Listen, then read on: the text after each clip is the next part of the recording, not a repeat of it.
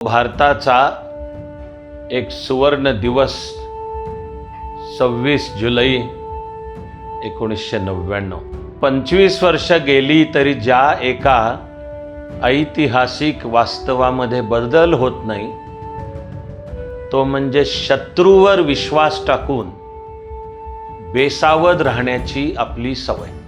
भारतीय सैन्याने पण अक्षरशः शब्दामध्ये सांगता येणार नाही आणि विश्वास नाही बसणार की माणसं सैनिक असे लढतात. बुवा तुमचा माझा तुमच्या माझ्या देशाचा संस्कृतीचा सरकारांचा प्रॉब्लेम हा आहे की आपण युद्धात जिंकतो ते तहामध्ये हरतो.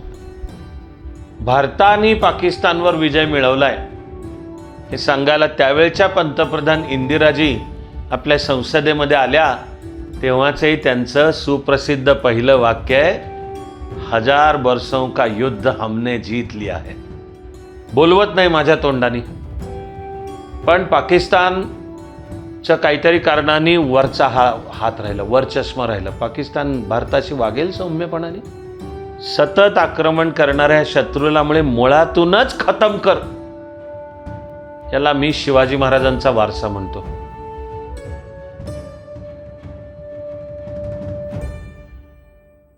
सव्वीस जुलै भारताचा विजय दिवस आणि तो जेव्हापासून आपण साजरा करतो, ज्यामुळे साजरा करतो, त्याची 25 वर्ष पूर्ण झाली. 26 जुलै 1999 कारगिलच्या युद्धामध्ये भारताने पाकिस्तानवर मात केली, लष्करी मात केली, आंतरराष्ट्रीय राजनीतीमध्येही मात केली. तो भारताचा एक सुवर्ण दिवस 26 जुलै 1999. आणि असं डोळ्याची पापणी लावतीये तोवर 25 वर्ष गेली त्याला. पण मला ते सर्व दिवस कालच्यासारखे आठवतात. तुमच्याशी बोलताना हा असा 26 जुलै असा नुसता उल्लेख केला तरी मी काळापेक्षा अधिक गतीने प्रवास करत पुन्हा त्या काळामध्ये जातो.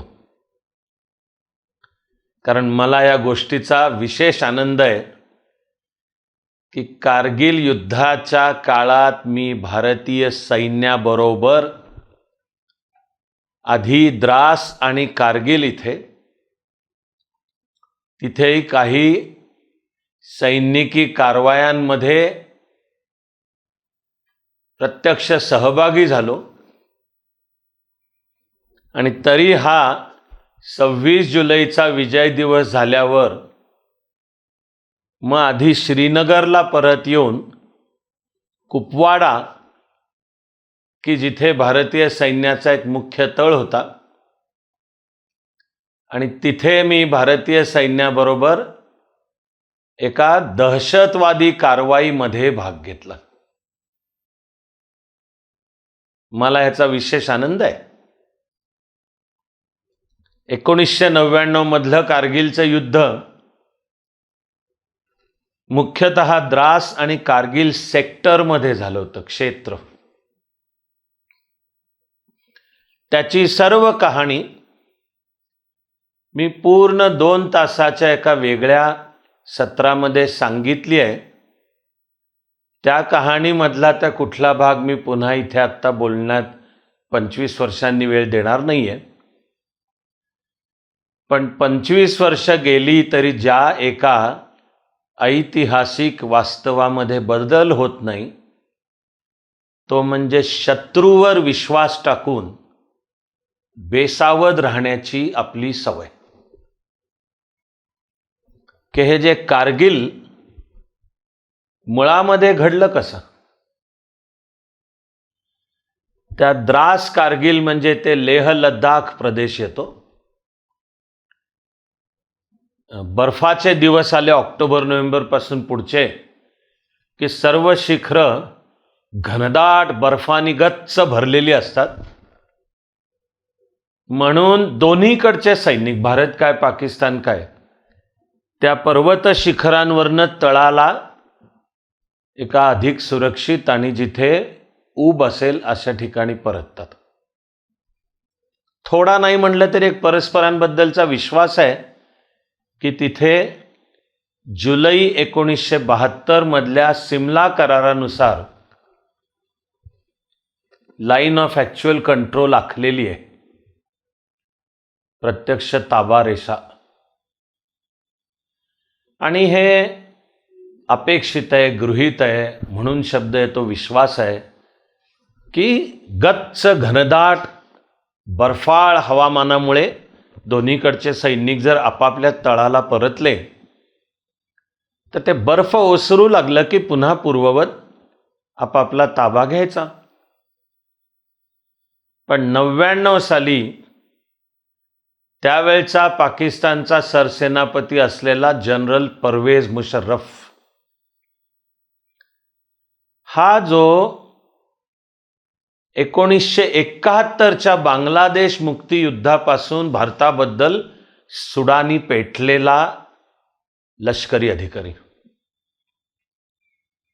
आणि नुसता जनरल परवेज मुशर्रफ एक सुडानी पेटलेला लष्करी अधिकारी नाही आहे, अख्खं पाकिस्तानी सैन्य, अख्खं पाकिस्तानी सरकार आणि समाजाबद्दल बोलायचं झालं तरी पाकिस्तानी समाज व्यवस्थेचा एक मोठा भाग हा भारताबद्दलच्या द्वेषाने दिवस रात्र अंतर्बाह्य जळणारा, आणि त्या 71च्या युद्धामध्ये बांगलादेश म्हणजे त्याच्या आधीचा पूर्व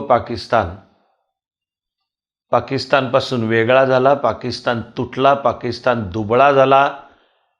तर पाकिस्तान या सगळ्याचा दोष भारताला देतं आणि आज ना उद्या ह्याचा सूड घ्यायचा आहे.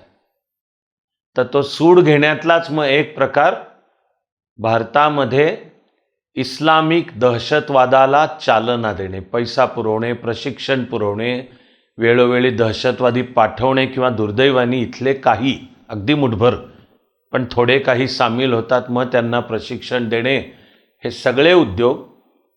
कारण 71च्या बांगलादेश युद्धापासून पाकिस्तानला समजून चुकलं की प्रत्यक्ष युद्धामध्ये इंग्लिश शब्द आहे कन्व्हेन्शनल वॉरफेअर, पाकिस्तानला समजून चुकलं की आपण काय भारताला हरवू शकत नाही. तिथपासून त्यांनी धोरण स्वीकारलं की पुढे अण्वस्त्र, की आमच्या वाट्याला जालता अणुबॉम्ब टाकू, आणि त्याच्या मागणं दहशतवाद, की ज्या धोरणाचं पाकिस्तानी नाव आहे ब्लीडिंग इंडिया विथ 1000 कट्स. दहशतवादी धोरण घ्यायचं, भारतावर सुरा चालवत राहायचं आणि रक्तबंबाळ भारत होत, आणि म्हणून भारत जर अंगावर येऊ लागला तर म्हणायचं अणुबॉम्ब टाकू.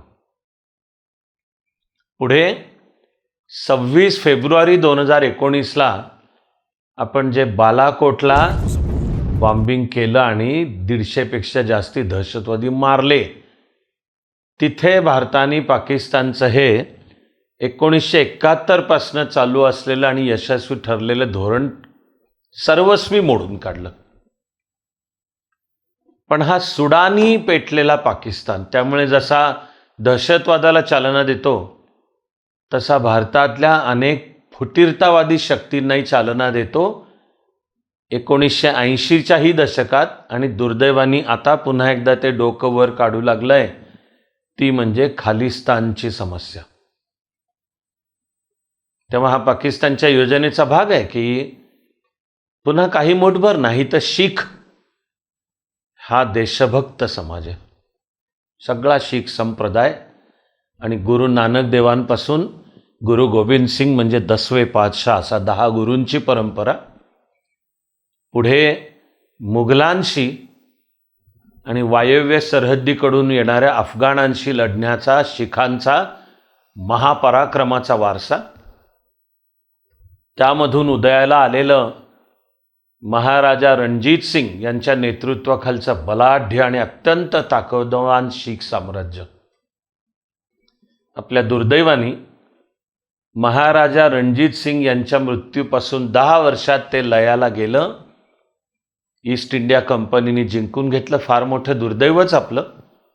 पण पुन्हा स्वातंत्र्य लढ्यामध्ये एका बाजूला ती समाज सुधारणा चळवळ असू दे, दुसऱ्या बाजूला काँग्रेसच्या माध्यमातून चाललेली सनदशीर चळवळ असू दे, किंवा मुख्य म्हणजे तिसऱ्या बाजूला सशस्त्र क्रांतिकारकांची, सगळ्यामध्ये पंजाब आणि शिखांचा वाटा सिंहाचा वाटा आहे.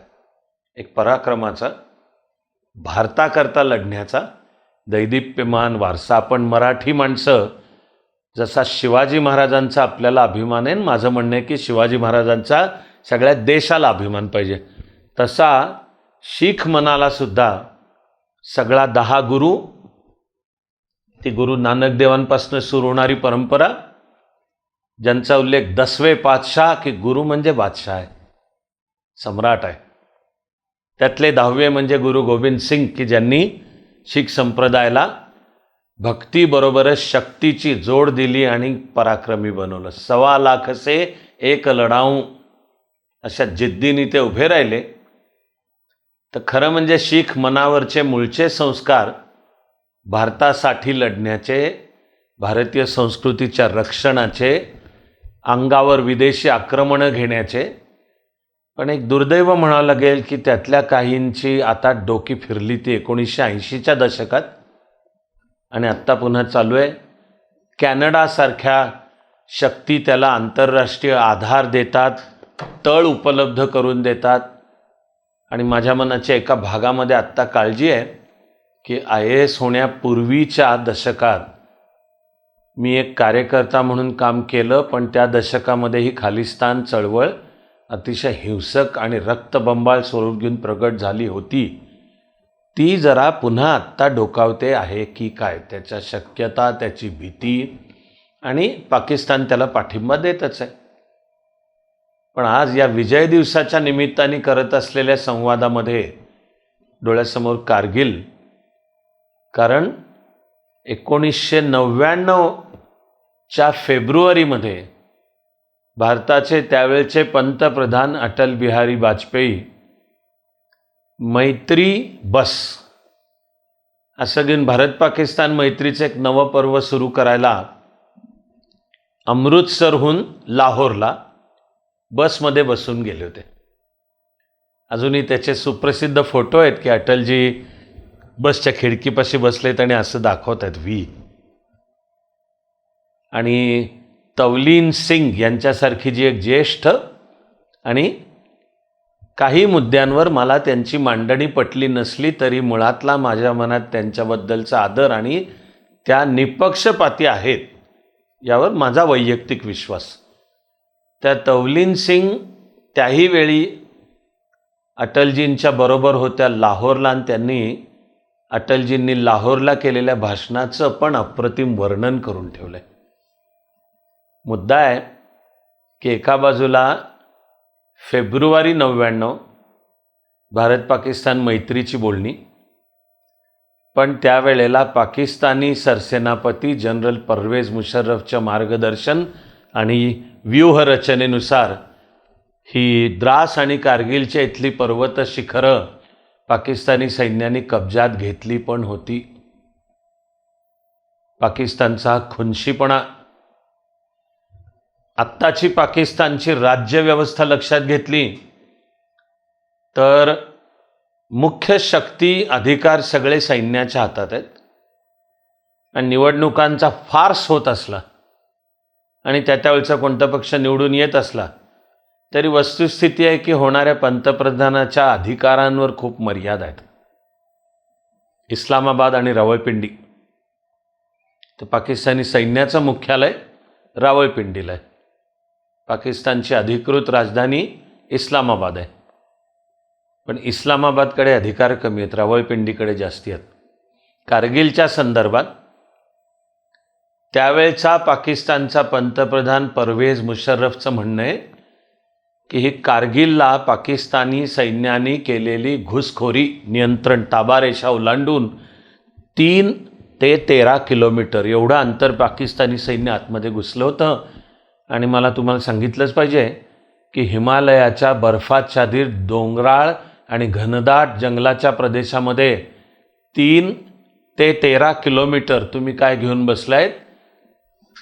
300 मीटर आत आले तरी ते आक्रमण फार मोठं म्हणावं लागेल. आणि आपलं दुर्दैव की एका बाजूला मैत्रीच्या चर्चा आणि त्याच वेळेला भारताला बेसावत ठेवत आपणही शत्रूवर विश्वास ठेवण्याची हाडी मासी खेळलेली ऐतिहासिक सवय घेऊन बसलेलो. त्याचा गैरफायदा घेऊन रचलेला डाव होता की घुसले 3 ते 13 किलोमीटर आहे. 13 किलोमीटर घुसलेले. आणि आपल्याला त्या द्रासच्या पर्वत शिखराची मागची बाजू की जी खरी आपलाच ताबा, पण तिकडे पाकिस्तानी घुसलेले होते, तिथे गुरं चारणाऱ्या एका पोरानी, आणि विषयाला धरू नये, मला वाटतं की ते अर्थपूर्ण चांगलं आहे म्हणून सांगितलं पाहिजे की धर्माने म्हणाल तर तो मुलगा मुसलमानच होता. त्यांनी एक 5 अनोळखी माणसं पाहिली. आणि काश्मीरच काय, भारत आणि जगभर ग्रामीण भागाचं हे वैशिष्ट्य आहे की सगळे लोक एकमेकाला ओळखत असतात आणि बोलतात. म्हणून ह्या पोरालाही जेव्हा लक्षात आलं की ही माणसं अनोळखी आहेत, म्हणून त्यांनी त्यांना जाऊन विचारलं, तर त्यांनी सांगितलं की आम्ही पाकिस्तानी सैनिक आहोत, ही सगळी शिखरं आत्ता आमच्या ताब्यात आहेत. पर बेटा तेरा नाम क्या आहे? त्या मुलांनी नाव सांगितलं. नावावरनं तो मुसलमान हे कळलं. हे पाकिस्तानी सैनिक त्याला म्हणाले, तुम भी मुसलमान हम भी मुसलमान, काफिरों को जाके बताना मत. आणि ग्रामीण माणसाकडे जे एक व्यावहारिक शहाणपण आणि कॉमन सेन्स असतो, त्यानुसार त्या पोराने त्या 5 जणांच्या समोर मान डोलवली जोरजोरात. आणि ते 5 जण असे दिसेनासे झाल्यावर तो मोरगा पहिला धावत सुटला. तो आपल्या द्रास कॅन्टोन्मेंटच्या तळावर येऊन त्यांनी सांगितलं की ही शिखरं पाकिस्तान्यांच्या ताब्यात आहेत. त्या मुलांनी सांगितलं, ही आनंदाची गोष्ट आहे, पण आपल्या इंटेलिजन्स, आपली वेगवेगळी गुप्तहेर खाती, मिलिटरी इंटेलिजन्स सकट नव्हतं कळलं, हे तर दुःखद आहे मग हे. आणि मग बरीच हालचाल आहे. मग त्यावरनं पुढे झालेले विविध वाद आहेत, मी आत्ता त्याच्यात जात नाही.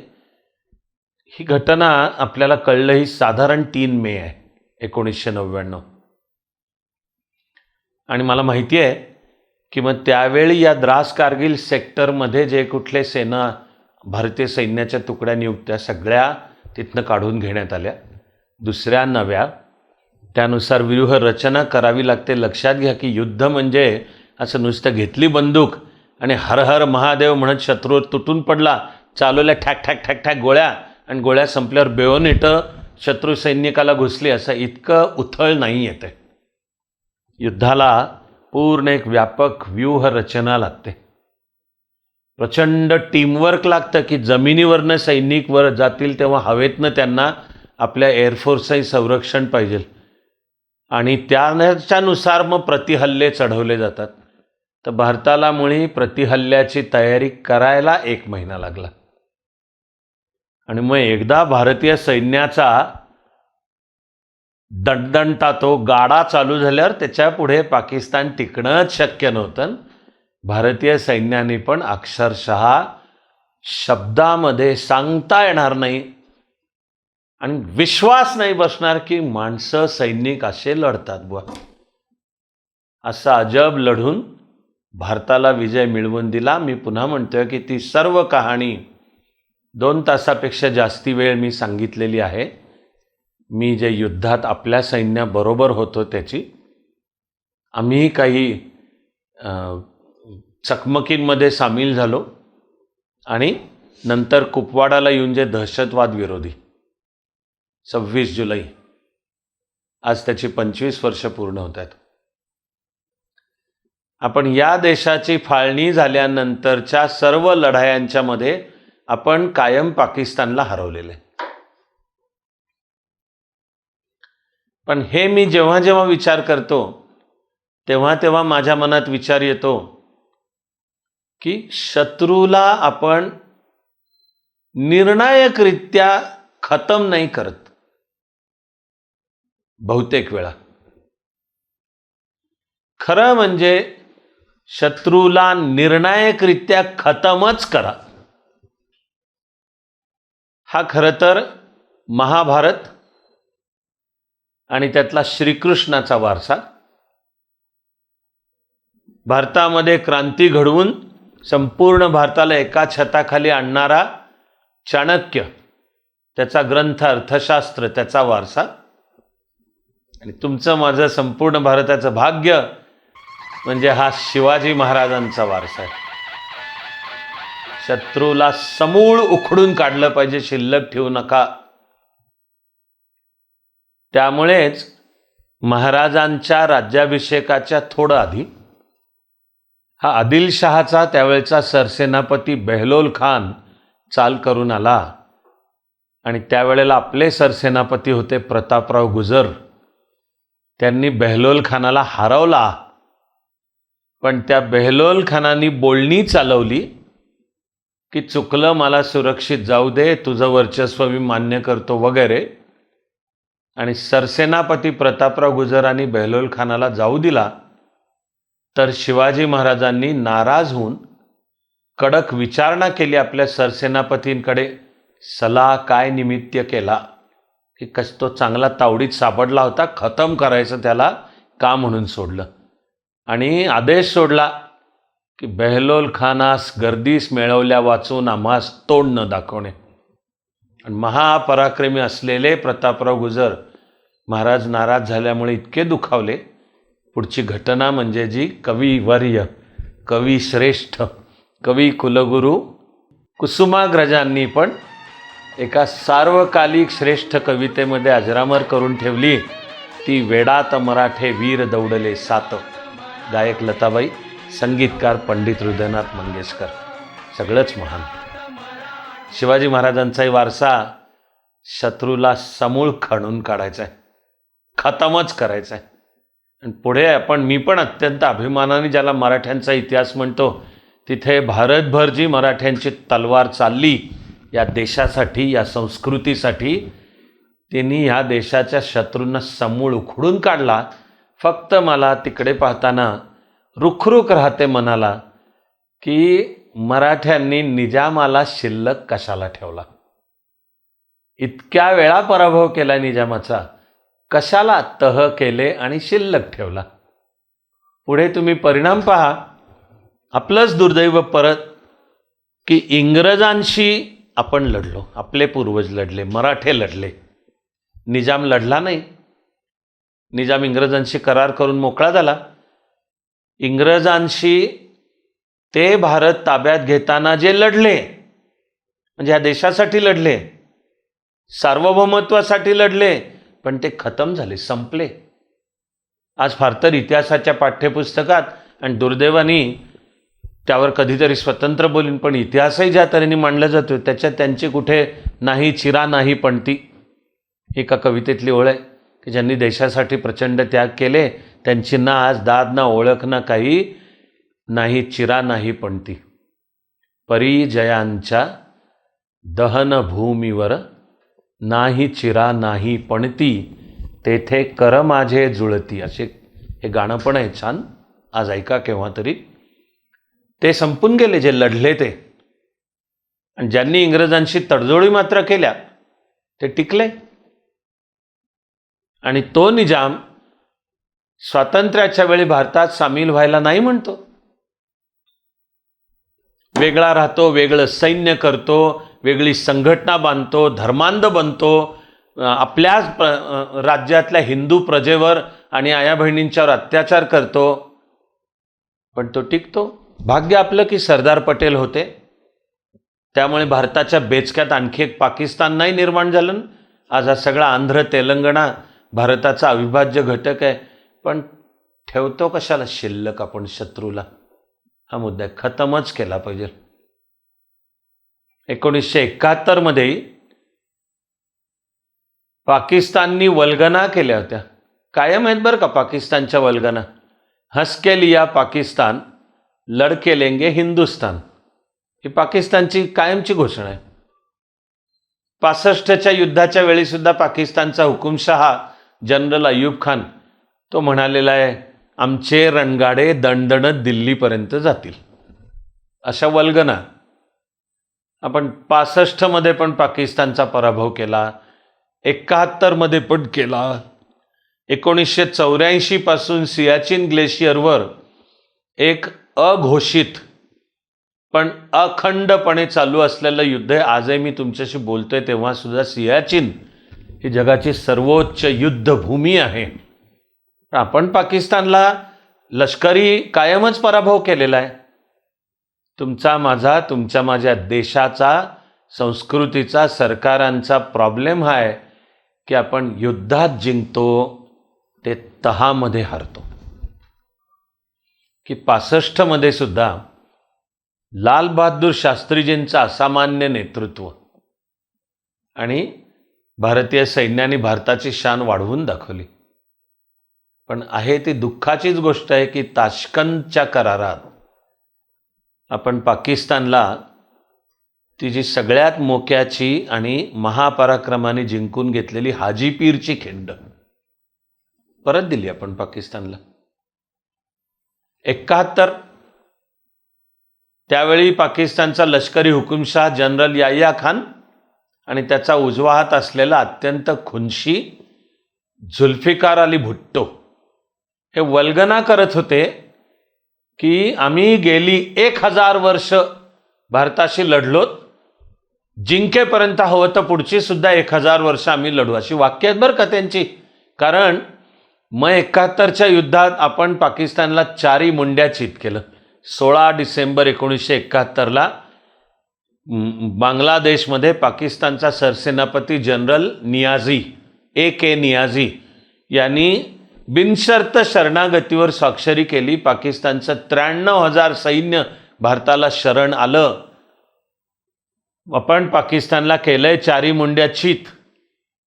तर भारताने पाकिस्तानवर विजय मिळवलाय हे सांगायला त्यावेळच्या पंतप्रधान इंदिराजी आपल्या संसदेमध्ये आल्या तेव्हाचंही त्यांचं सुप्रसिद्ध पहिलं वाक्य आहे, 1000 वर्षों का युद्ध हमने जीत लिया है. वाक्य आहे छान, पण तसं ते पूर्ण सत्याला धरून नाही आहे. 1000 वर्षों का युद्ध हमने जीत लिया है. तर 16 डिसेंबर 1971 आपण जिंकलेलं आहे. या देशावर जी गेली 1000 वर्ष आक्रमणं होत आहेत आणि आपण त्यांचे प्रतिकार करतो आणि भुट्टोच्या वल्गना त्या आहेत त्याची जाणीव करून देऊन इंदिराजी म्हणतात 1000 वर्षों का युद्ध हमने जीत लिया है. पण अभी तक जीत लिया है कहना ठीक नाही आहे.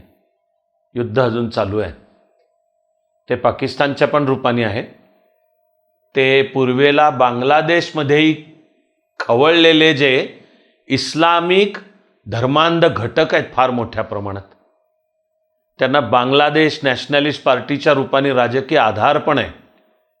आणि प्रत्येक भारतीयांनी लक्षात ठेवायला पाहिजे की उद्या कधी ते सत्तेत पण येऊ शकतात. आत्ता अवामी लीग आणि त्याच्या आत्ताच्या प्रमुख शेख हसीना वाजेद, बांगलादेशचे राष्ट्रपुरुष शेख मुजीबुर रहमान यांच्या त्या कन्या.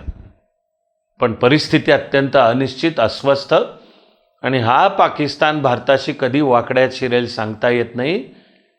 आपलं दुर्दैव सतत या देशावर आक्रमणं होत आहेत आणि लढतोत आपण शत्रूंशी, पण सतत आक्रमण करणाऱ्या शत्रूलामुळे मुळातूनच खतम कर. याला मी शिवाजी महाराजांचा वारसा म्हणतो. तो आज या विजय दिवसाच्या निमित्ताने आठवायला हवाय. आपण 71ची सुद्धा मी आठवण यासाठी करून देतोय की एकीकडे तो भारताचा दैदिप्यमान विजय आहे, त्याच्या पाठीशी लष्करी नेतृत्व फील्ड मार्शल सॅम बहादूर म्हणजे माणेकशॉ आणि जी पॉलिटिकल विल लागते आणि जागतिक पातळीला राजकारण हाताळण्याची क्षमता ती पंतप्रधान इंदिराजींनी दाखवून दिली. पण तहाच्या टेबलवर मात्र उदारपणाची फीट येऊन जणू पाकिस्तानला सगळं मोकळं सोडलंच. ती वेळ होती नाही तर पाकिस्तानला कायमस्वरूपी दुबळं बनवण्याची, काश्मीर प्रश्नसुद्धा सोडवण्याची. बोललंही हे जातं की एकदा पूर्व सीमेवर 13 दिवसात पाकिस्तानला चारी मुंड्याचीत केल्यावर मुळात इंदिराजींची योजना होती की सैन्याला आता पश्चिम सीमेवर आणून काश्मीर प्रश्न निर्णायकरित्या सोडवायचा. पण मग त्यावेळी मात्र भारताच्या बाजूनी असलेला सोव्हिएट रशिया म्हटला की आता नाही आम्ही मध्ये पडणार, आणि अमेरिका, त्यावेळचा अमेरिकेचा अध्यक्ष रिचर्ड निक्सन म्हणला आम्ही अणुबॉम्ब टाकू. आता हे सगळं बोललं जातं. वस्तुस्थिती उरते की 71च्या युद्धामध्ये एवढा प्रचंड विजय मिळवूनही आपण पाकिस्तानकडनं भारताला अनुकूल अटी वसूल केल्या नाहीत. आपण तुमचा माझा सांस्कृतिक उदारपणा, डिसेंबर 1971 ते जुलै 1972 आपण 93,000 पाकिस्तानी सैनिक म्हणजे विषारी साप आपण दूध पाजलं त्यांना, पोसले. हमारी सेना को ये आदेश है कि वे पाकिस्तानी युद्धबंदियों के साथ जिनीवा कन्वेंशन के अनुसार व्यवहार करें. आणि की कसे आहे सन्मानाने नेऊन सोडला पण त्यांना. ना आपण काही काश्मीरचा प्रश्न सोडवला, ना काही मागितलं.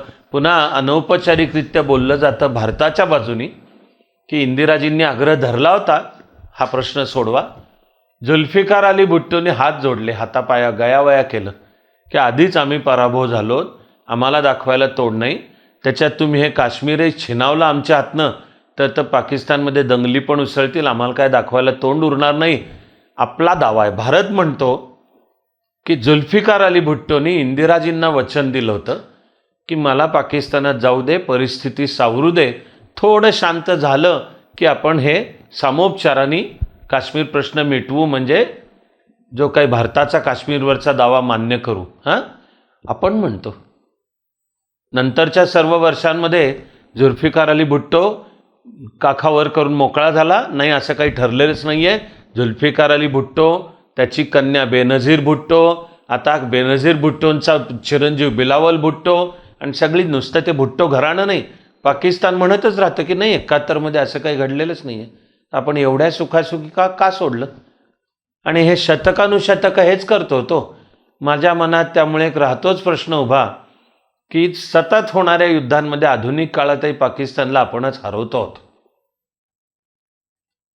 उद्या दुर्दैवानी आपली देशांतर्गतही स्थिती, त्याचवेळी जुळून आलेली जागतिक आंतरराष्ट्रीय स्थिती खरंच जर अशी काही न होवो, पण होण्याच्या शक्यता आहेत एवढं मात्र सांगणं माझा अभ्यास मला भाग पाडतो.